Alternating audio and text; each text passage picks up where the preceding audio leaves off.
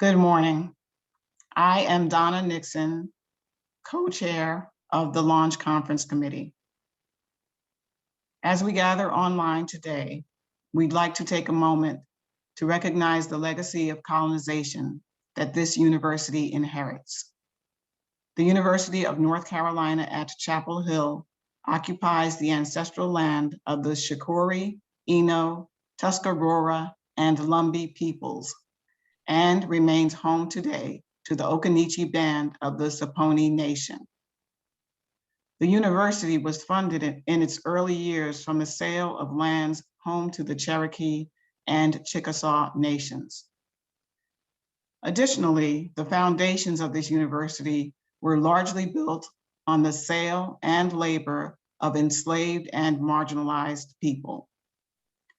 We invite you to join us in acknowledging this legacy and in committing to addressing our shared responsibility toward reconciliation, decolonization, and justice. And now, the president of LAUNC-CH, Amy Banks Fader.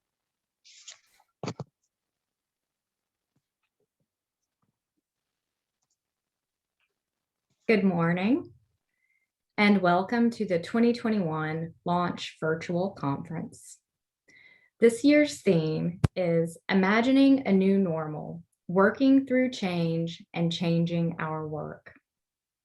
Thank you to everyone who is registered and who is taking the time to attend today's sessions. I am so proud to be a part of LAUNC-CH, and I have been continually inspired and motivated by the work that our organization's members have done this year. Even as we have had to rethink our approach to our typical programs and activities, our board members and individual committee members have continued to provide professional development opportunities and support for our community. Specifically, today, I'd like to thank our conference committee. In an average year, planning this conference is a huge undertaking. But this year's committee has eclipsed the work of a typical year by moving us to a digital platform. I am excited to be here and excited that this has allowed us to welcome so many more potential attendees. So, a huge thank you to our committee co-chairs, Donna Nixon and Linda Jacobson, and committee members, Emily Jones, Phil McDaniel, Aaron Smithers, Stacy Torian, and Ann Wells.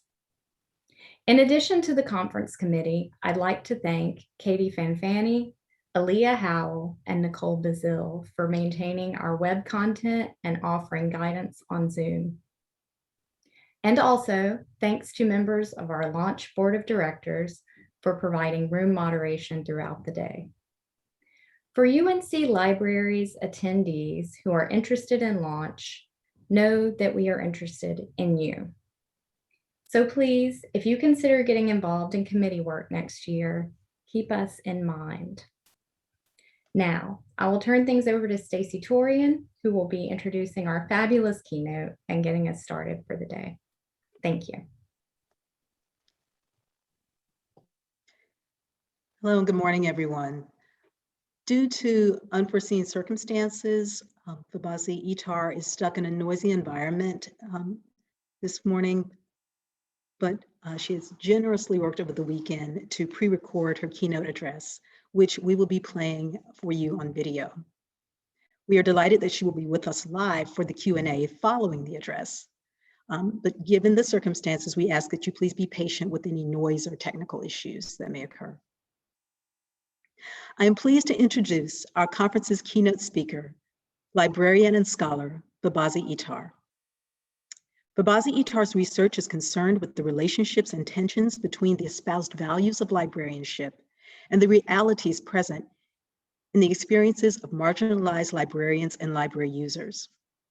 In 2018, she coined the term and defined the concept of vocational awe, which she calls, and I quote, the set of ideas, values, and assumptions librarians have about themselves and the profession that result in beliefs that libraries as institutions are inherently good and sacred, and therefore beyond critique. In her article, Vocational Awe, The Lies We Tell Ourselves, she describes how vocational awe can lead to burnout and a sense that one's own self-care is less important than the work being done. Although written before the start of the COVID-19 pandemic, Fobazi Ettarh's words have resonated with many library workers throughout the nation in this current moment, as we strive to serve our patrons and our profession as best we can amidst the competing demands of home, work, and health. Her remarks on equity and inclusion in libraries are just as timely and important. In a 2019 interview with Kathy Hannebach, she spoke of the resistance that marginalized library workers can face when advocating for better working conditions, and talked about what a changing world might offer in the way of alliances and social progress. When describing what a better world would look like to her, Fobazi Ettarh said, in part, "A place where change is embraced, where people work as a collective rather than working in opposition to each other and to one's own interest. A place where conflict isn't seen as a four-letter word, but as a fulcrum to a better time, a better organization, a healthier world and place." Fobazi Ettarh's critical work on libraries, labor, and identity has been published in the Library with the Lead Pipe and edited collections, including the Critical Library Pedagogy Handbook and Knowledge Justice, Disrupting Library and Information Studies Through Critical Race Theory. She has given invited talks at numerous professional and scholarly conferences and events, including the Library as Place Symposium, and keynotes at the Association of College and Research Libraries and Library Journal Directors Summit.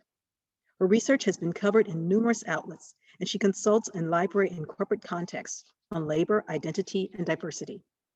She is also the creator of the open access video game, Killing Me Softly, a game about microaggressions. I am so glad that we have the opportunity to hear her insights today. And now, Fobazi Ettarh.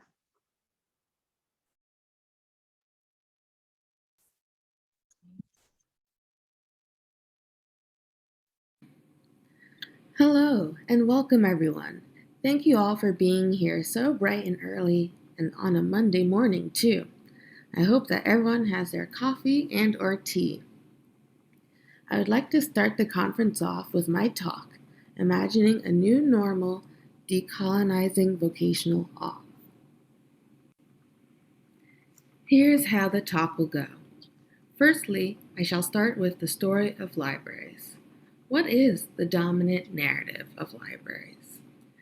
Then I'll move on to the question, is librarianship an occupation or a vocation? Then I'll talk about how vocational awe plays out in the workplace. Finally, I'll end with steps to move us towards that happier, healthier normal. So as we know, the theme of this conference is Imagining a New Normal, Working Through Change and Changing Our Work. Vocational awe underpins the narrative of librarianship. While the stories we tell about ourselves can define us, they can also confine us. This past year and change has been a massive time of upheaval and change. We still don't quite know where we as a society will fall, let alone the field of librarianship. In order to change the way we work, we need to understand how we currently function. That is what I aim to do as we start off this conference. Identify our processes and change the way we work to create a new, healthier normal. However, this work of identification and decolonization can and often does feel uncomfortable. It challenges our assumptions and exposes the blind spots that confine us. Sometimes it can even trigger defensiveness. I ask that you embrace that discomfort. Sit with it. Learn through it. Only by seeing clearly can we begin the important work towards creating the plenitude of narratives librarianship deserves. Which leads me to my last point. Feel those feelings. They're absolutely valid. But don't let it stop there. Push through it and think about how you can start to make changes in yourself, in your workplace, in your organization. They don't have to be big changes. In fact, the small changes are sometimes the most impactful. But action is what will move things forward, not feelings. I realize that I'm 3 slides in and I haven't introduced myself. Thankfully, the organizers gave such a beautiful introduction. In any case, hello everyone. My name is Fobazi Ettarh. Here are some of the ways that you can contact me. Feel free to live tweet the session and tag me on Twitter at Fob-Ettarh. If you prefer more long-form posts, please visit my website at FobaziEttarh.com to hear more about my thoughts and feelings. And finally, if you have any questions or comments that we do not get to during this session, please feel free to email me. It may take me a while to respond, but I do always respond. Okay, now that the introduction is out of the way, let's talk about the story of libraries. What is the dominant narrative of libraries? Here are some quotes showing what those outside of librarianship say when they speak about libraries. As we can see, they have a very high opinion of them. Libraries are the cornerstones of democracy, temples of learning, and its very existence defines our past and our future. And this is how libraries and librarians describe themselves. And so what are the commonalities between the ways in which the outside world thinks of libraries and librarians and the ways in which we see ourselves? Well, for one, there is definitely a sense of religion and or spirituality associated with library work. It is seen almost as a faith unto itself. There is also a definite conflation of the library as building or institution versus the library as workers and job duties, almost as if the two are synonymous.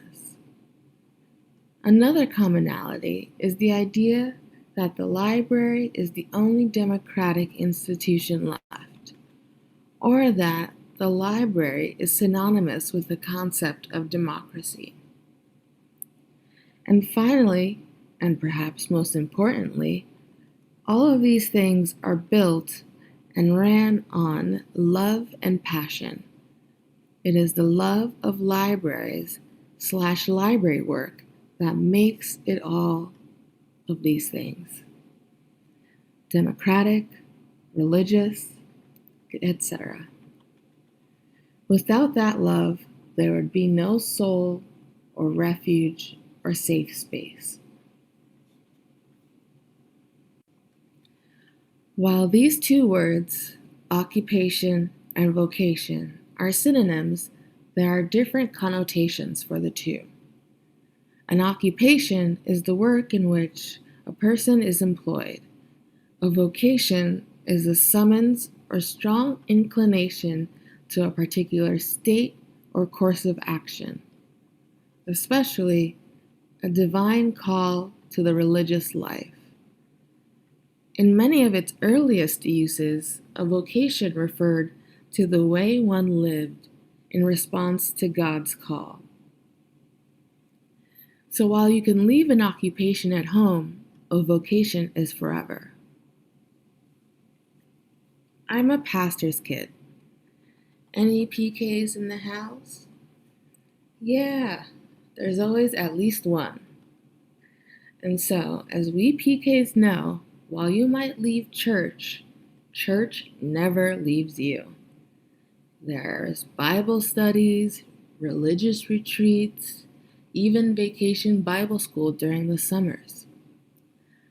So again, I ask, is librarianship an occupation or a vocation? Unfortunately, as we can see from the response to COVID-19, librarianship is very much treated as a vocation. Look at this quote from Michael Crichton. "Civilized nations build libraries. Lands that have lost their souls close them down." This seems to be the very blueprint in which librarianship has followed in regards to this global pandemic. We are officially a year into it, and there are still libraries that never closed. In many states, it took advocacy from unions and government entities to give libraries a legitimate reason to shut down. The idea that libraries are so vital to democracy and civilization that closing them down would be a crime is no doubt the driving force behind the decisions made by library admin on the micro and macro level. For example, at Houston Public Library, a library worker tested positive for COVID-19, and their colleagues were still expected to come into the building. In fact, the spokesperson for HPL, Blanca Quezada, said that unless the employees used their sick and/or vacation time, they must come in or expect to be laid off. In Chicago, the CPL spokesperson and Commissioner Andrea Telly thanked the workers for their dedication during the crisis, and it took Mayor Lightfoot issuing a statewide shelter in place in order for CPL to close. In New Jersey, Governor Murphy had to specifically state that libraries, including those that are on college campuses, must close in order for all of the university libraries to close as well. Over and over again, we see that love and passion are put above safety and wellness. Across the country, and indeed across the world, librarians and library workers were asked and are continuing to be asked to put their health and potentially their lives on the line in service to the mission of libraries, serving the public. And yet, despite being essential workers, we are not considered essential workers when it comes down to the vaccine. So, in every single way, from the beginning till now, the idea is that we need to be open for the good of the libraries, but no thought is given to the good and health of the workers. And so here is the definition.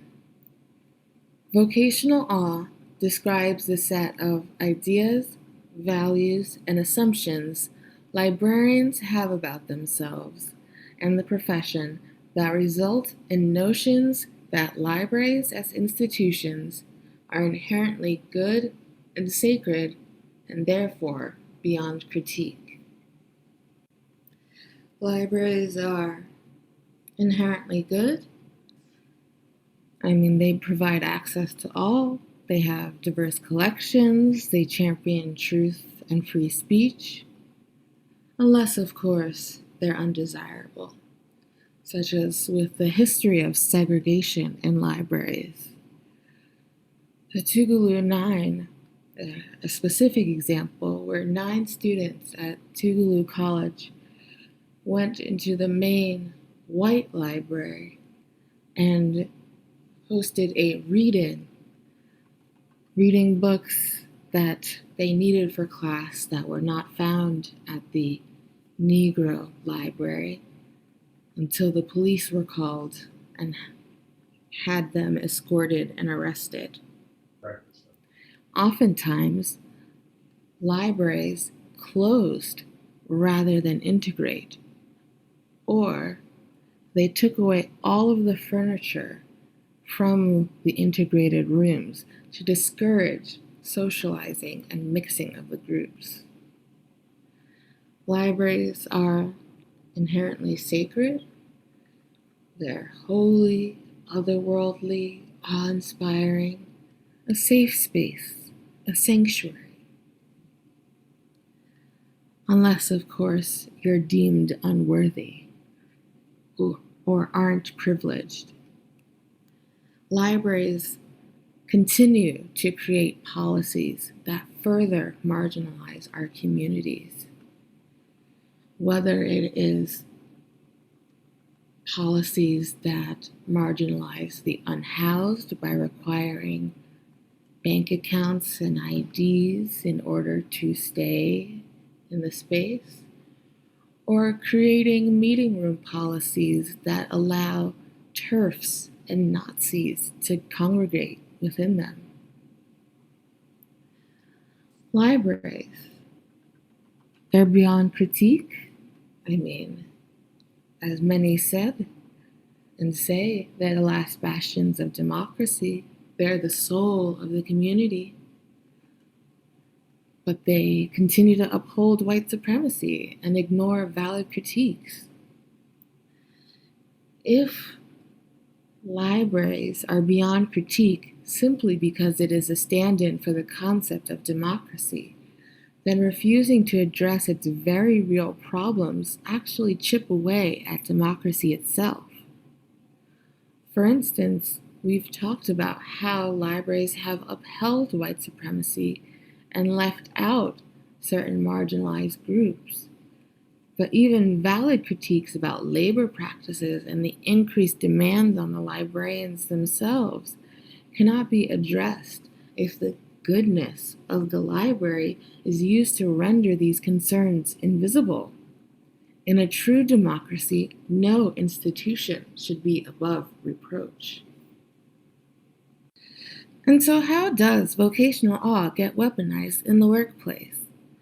Well, libraries work on a Taylorism model, except instead of efficiency, passion is the metric on which workers are evaluated. It starts off with an energetic and passionate worker who is hired into the organization.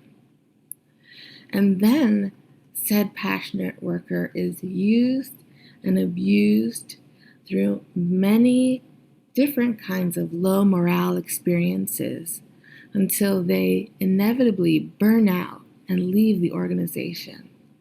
And either another passionate worker is hired to fill their place, or the space is left empty and more abuse is doled out to the remaining people. For more about low morale experiences and what that looks like in terms of abuse, please definitely check out Katrina Kendrick Davis's work on low morale experiences. Their citations will be posted later in the presentation. And so, what does this abuse actually look like? Well, here are a few of the very many ways in which vocational awe manifests in the workplace. Vocational awe negatively impacts libraries and librarianship by setting unhealthy expectations for a workplace environment. I'm sure many of us have said one or more of the following. I usually work through lunch, work late. I'm addicted to checking my email. I check and answer my email all the time. I feel guilty whenever I take sick and/or vacation days. All this to say that those who do not consider it a badge of honor to be so impassioned and committed to their job / the field or that they actually have work-life separation, not even balance, work-life separation, are seen as not as effective. And that those who literally cannot ascribe to this unhealthy work environment, the disabled, the sick, those with children, and/or other outside obligations, don't fit librarianship as well as they should. Another major way that vocational awe manifests in the workplace is job creep, otherwise known as when those other duties as assigned become more of a regular part of your day-to-day responsibilities. Librarians are asked to become social workers, EMTs, therapists, accountants, so on and so forth. And these jobs that have been creeping up on us aren't just traditional library roles. Increasingly, we're asked to do jobs we've never trained for and maybe never would have wanted. Right now, librarians are being asked to work in homeless shelters and/or turn their libraries into homeless shelters and daycare centers. In San Francisco, during the global pandemic, the libraries were turned into daycare centers for the children of essential workers. Other library workers are being asked to sew masks, staff food banks, even go into nursing homes and other assisted living facilities to help with vaccination efforts. Across the country, libraries and library workers are being asked to do other duties as assigned as a stopgap for essential and usually either non-existent or understaffed social services in the communities. With all of these other duties as assigned being given without institutional support or care, this often leads to burnout, or a state of exhaustion in which one is cynical about the value of one's occupation and doubtful of one's capacity to perform. This quote is from social psychologist Christina Masloch, one of the original researchers of occupational burnout. Katrina Davis Kendrick has done a lot of amazing work on low morale experiences which lead to burnout. Low morale experiences are defined by repeated and protracted exposure to workplace abuse and neglect.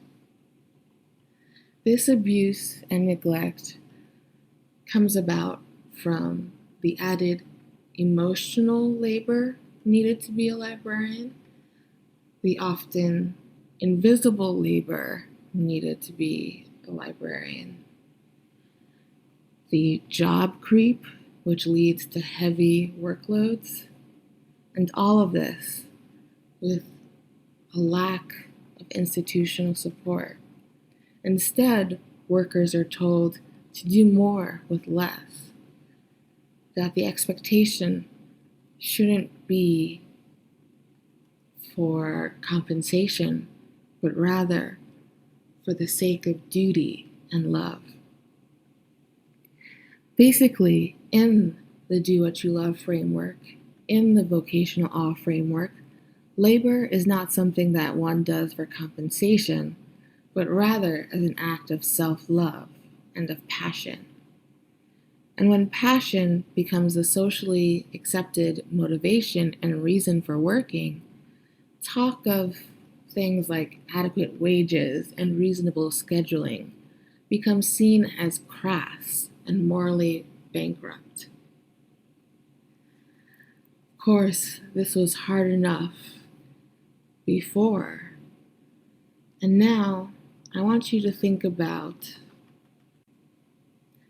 the pandemic. Think about all of the library practices and expectations that have occurred since last March. Think about when, if ever, your library shut down. Think about who is able to work from home and who isn't. Where on the library's organizational chart do the people who can or can't work from home fall? Think about the likely uneven expectations of labor when it comes to enforcing things like mask rules. And finally, think about the vaccine rollout and if the library workers where you are even a part of the essential workers, 1B. Think about all of these things. I'll give everyone a moment. And so if we look at all of that, all that we have seen and are seeing with libraries and librarianship today, the cost of our service is a lot, isn't it? Exploitation and abuse are the norms, and burnout is the best case scenario, with death being a not so hypothetical end to a library career. Is this really the normal that we want to continue to have? Is this really the leadership that we want to continue to build? The structures and norms that we want to continue to set? Of course not. And so what do we do? How do we move forward? How do we get to this new normal? The first and most important thing is to take this quote to heart. I always try and have this quote by Audre Lorde in all of my presentations. Caring for myself is not self-indulgence. It is self-preservation, and that is an act of political warfare. Caring for yourself is not self-indulgence. Loving yourself is not selfish. It is self-preservation. It is a political and radical act. It is necessary for survival. Just like food, water, and shelter, self-care is something that cannot be dismissed or ignored. Vocational awe hides the fact that if we acknowledged all of our work as work, we could set appropriate limits for it, demanding fair compensation and humane schedules that allow for family and leisure time. Don't let it. Understand that setting schedules and boundaries is the best thing that you can do for yourself and for your loved ones. And so, how do I begin? Well, first things first, set boundaries. As important as those job duties might seem, they can wait. Set aside time for your life, your loved ones, your hobbies, whatever it may be, set time for it. I always like to say there's no such thing as a library emergency.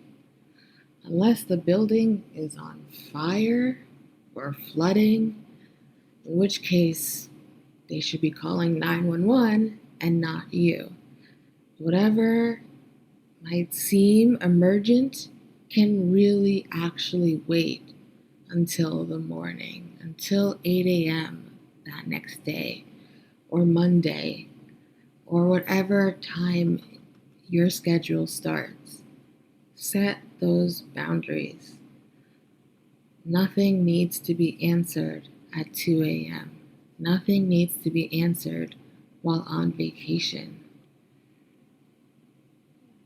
The work will continue without you, despite whatever pressures if they whoever they may be putting on you. Boundaries are vital. But Fobazi, really, how do I begin? How do I start? Working collectively is another great way to get to that healthier normal. It can be really hard to set and stick to something new without help. Whether you're in a unionized place or not, organize with your coworkers to set and maintain a life outside of work. While you might not be a union, you can act like one. You can be a de facto union.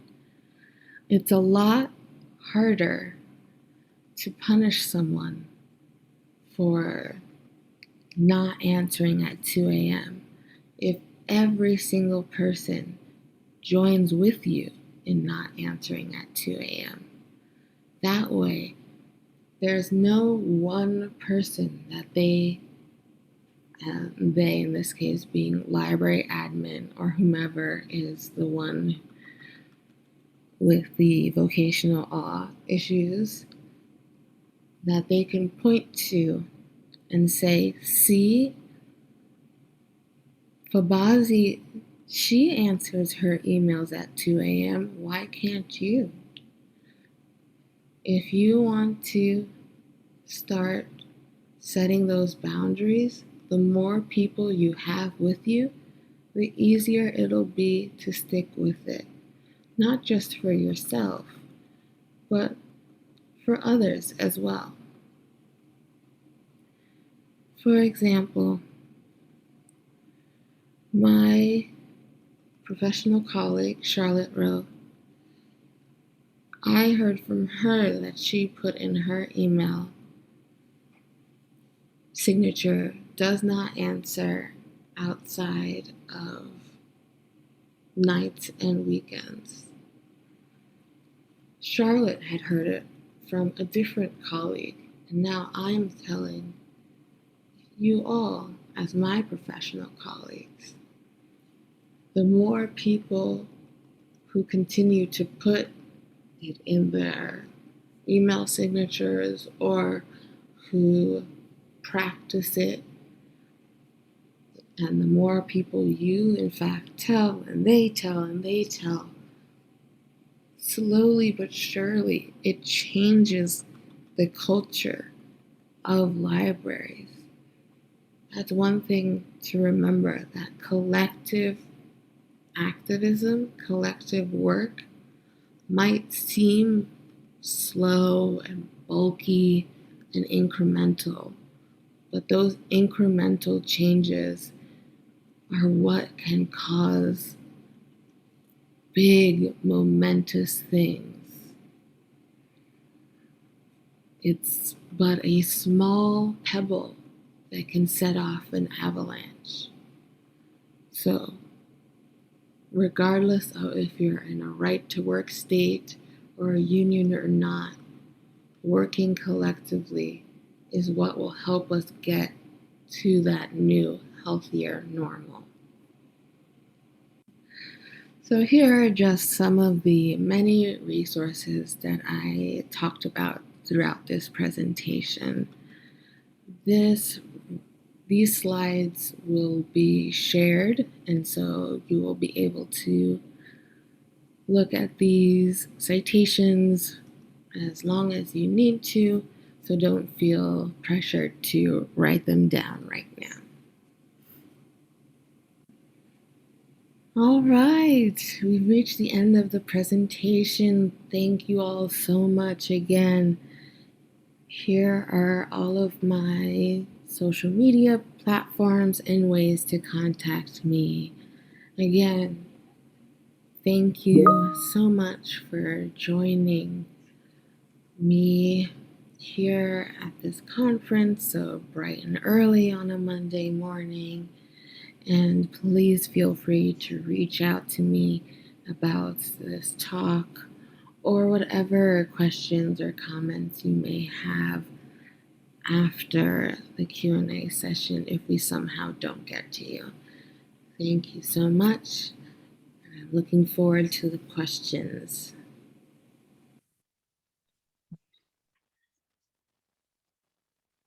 So thank you so much, Fobazi Ettarh, for that thought-provoking address. This is particularly appropriate for this week, which is Wellness Week at Carolina.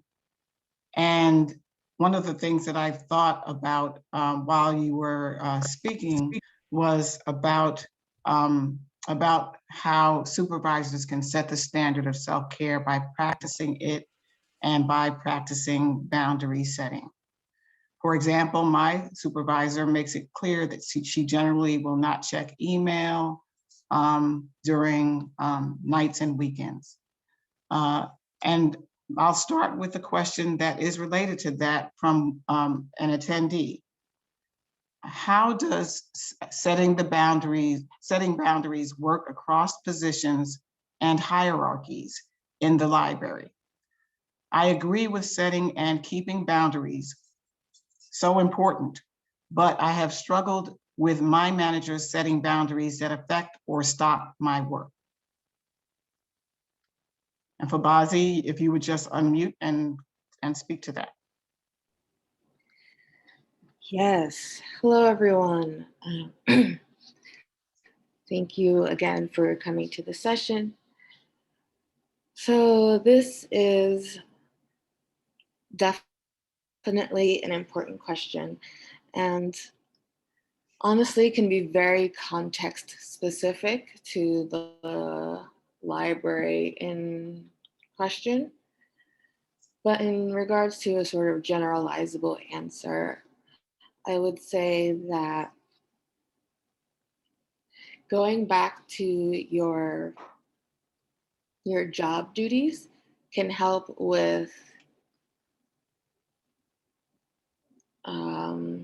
setting those boundaries if you have a manager who tries to create things that must be done outside of the workplace, or create projects that are so big that they must be done outside of the workplace. If it is within your job duties, another way you can help set boundaries is by creating a timeline for the project, bringing the timeline to your managers and saying, this is the realistic time that a project of this magnitude can get done. You don't have to mention that the hours were calculated by having an actual 40-hour or 38.5 or whatever the hour work week is, by making it, by not saying it, that could help the conversation become more explicit if the manager tries to say, oh, it can be done in less time, because then you can say, no, I calculated it by the actual work week hours according to, again, my job duties, my contract, and this is the time it would take. To ask for more time than that requires either overtime if you're a staff member, or if you're salaried. You can start to use that as documentation for something like an HR case if you did want to take it that far. But either way, by setting the actual boundaries in regard to the actual hours that you're working, as opposed to the general expectation of work until the project's done, that can help you set those time boundaries for yourself. Thank you, Fobazi. So the next question is from an attendee who says, I really loved this talk, but I'm wondering how it specifically relates to decolonization, praxis as something that unsettles settler colonial relations, especially in a library setting. Yes, this is a great question. So when it comes to settler colonial relations, the sort of standard exploitation of capitalism is to have the workers or have the lower class, the serfs, the bourgeoisie, whichever you want to call it, work and work and work and work, such so that they cannot actually think about what their rights are. The idea behind Taylorism, again, is that everyone is a part of a machine, each person being an individual cog that works the larger wheel or machine, as it were. And so through Taylorism, there's no need for any sort of work-life separation, let alone work-life balance, because your life is meant for the greater purpose of capitalism, of work.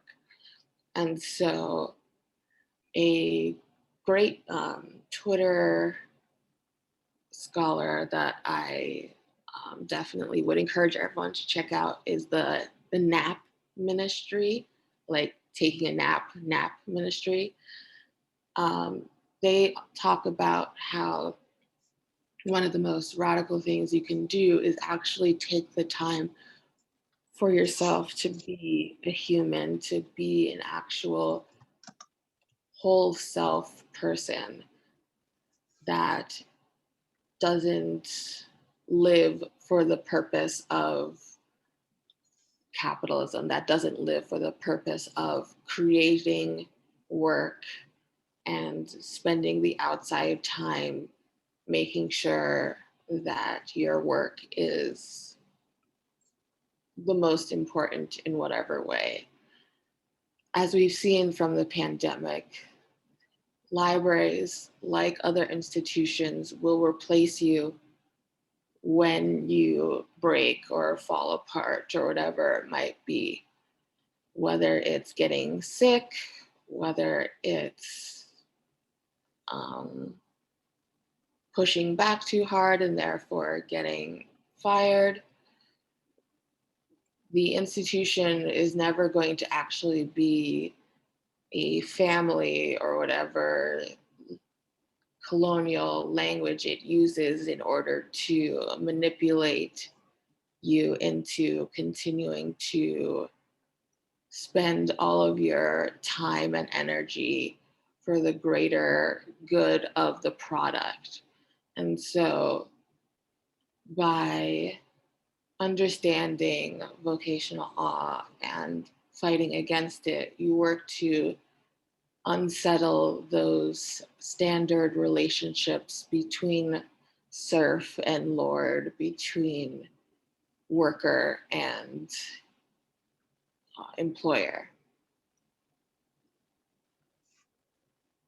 Thank you, Fobazi.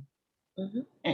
In law and law librarianship, we have this taxonomy that that was used to find cases that in which the term master and servant were used, and so those are really colonial legacies.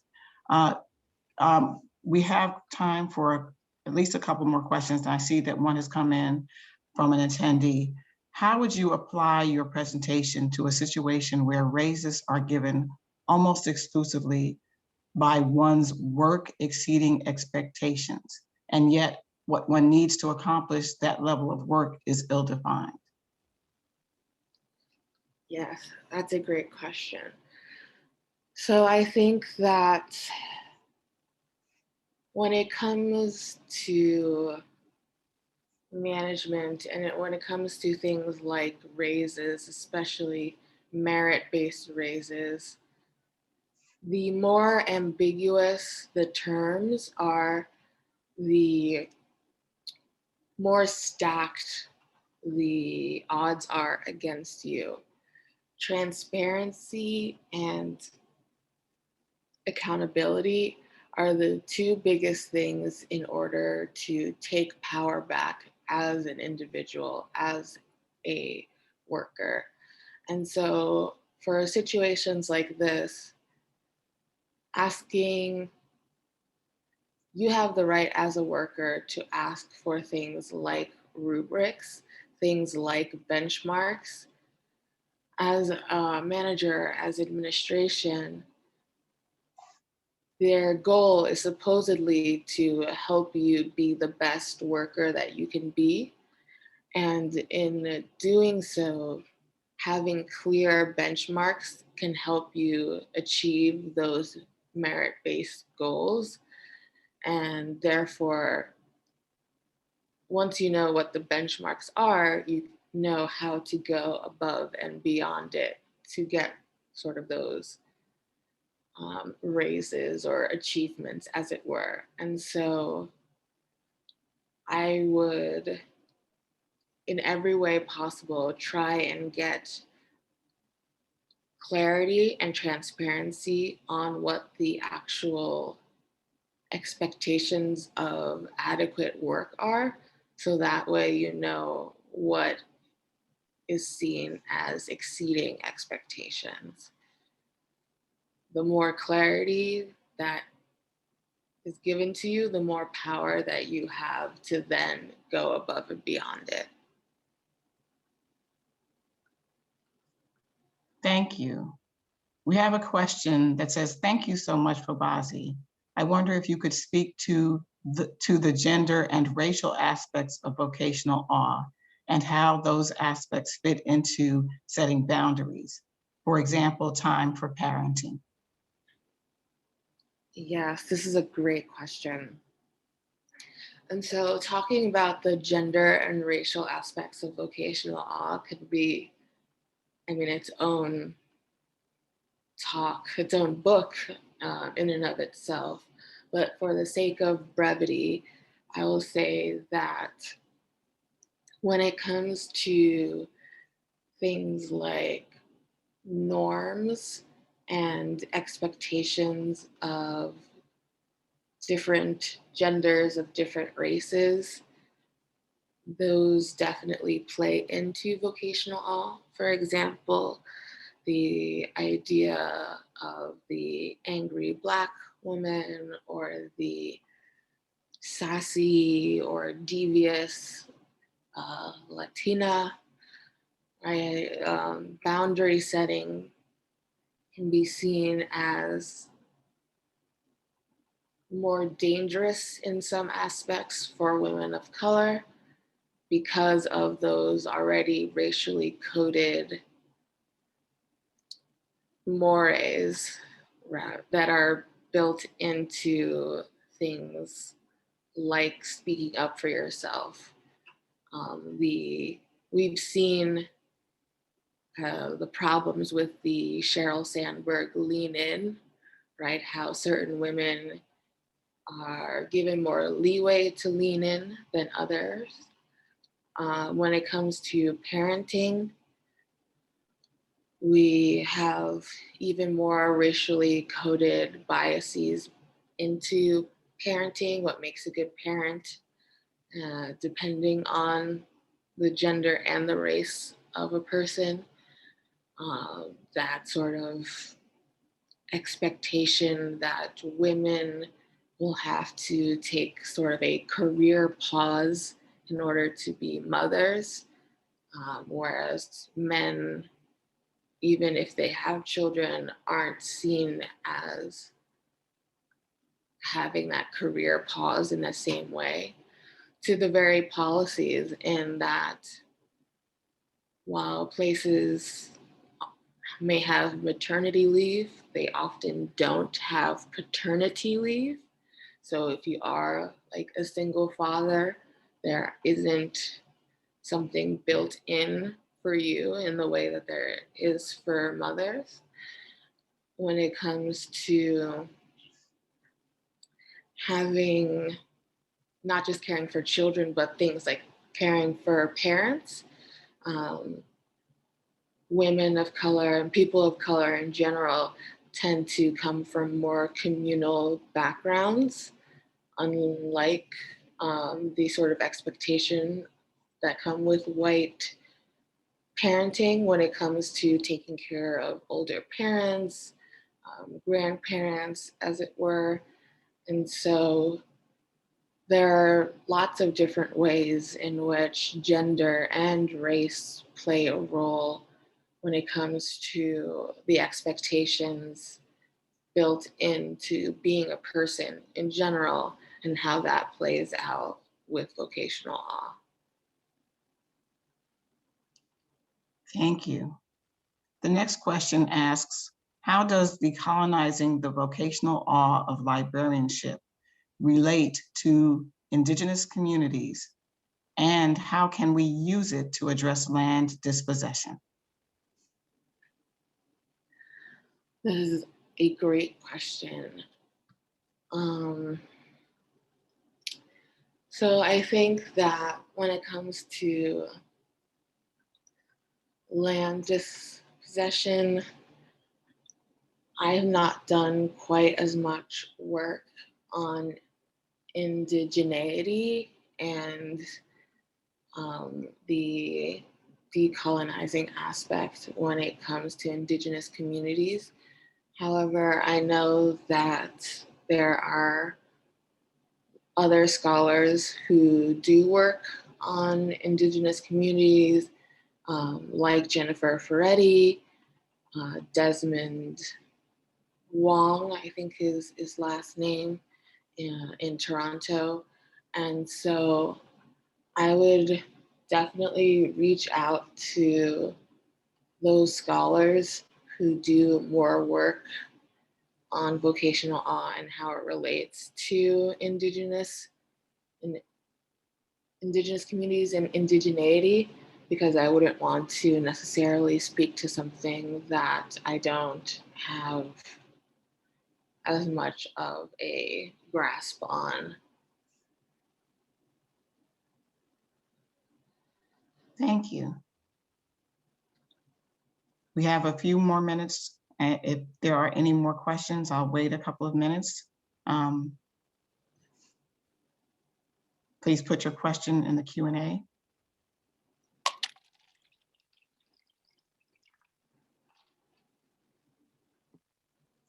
And while we're waiting, that question about the gendered aspect of library work was one that I was going to bring a similar question myself. I was struck by how professional sports players, especially male professional sports players, are not expected to work just for the passion of it. And they try to get as much compensation and as much benefits as they possibly can. But we as library workers are expected to work just for the passion of it and not be concerned about compensation or benefits. So we have a couple of questions here. One attendee asked if we can get the names of the scholars working with indigeneity and vocational awe in the chat so that we can look them up. So if you have a chance, Fobazi, to enter that in the chat. Yes, I'll put that in now. And another question, this talk resonated so much. I left teaching in a public school because of the unendingness of it, thinking that librarianship would afford better boundaries and still be work that I care about. While it is better, I do still see the reliance on passion and goodwill to fuel people working in the library.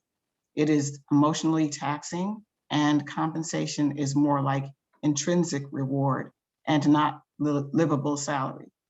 Is this the fate of all public service workers? Does it only become more entrenched as these roles are increasingly gendered and reliant on people of color to carry out?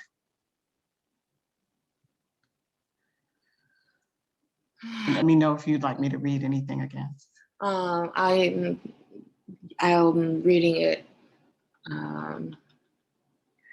Yeah, I definitely understand that sort of angst, as it were. I don't necessarily think that this is the only fate. I think that in the current normal, that the work definitely unequally falls to women and people of color to carry out. But I think that hopefully the more we all learn about vocational awe, how it plays out, what it means to actually exist as whole self, not just workers, but like to actually live a whole person life holistically, that change will happen amongst everyone. I think that, again, as I said, in the prior podcast, when I was imagining a better future, I think that right now we still see conflict as a 4-letter word, which is a characteristic of white supremacy, the sort of conflict averse nature of, oh, well, if we just don't talk about it, then it'll somehow work itself out. I think that method will never actually lead to things like a livable salary and compensation. We need to actually all do the work in exposing the cracks in the paint, as it were.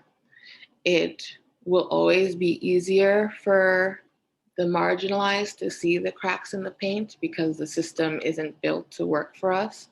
But that doesn't mean that it is reliant on the marginalized to fix things. It just means that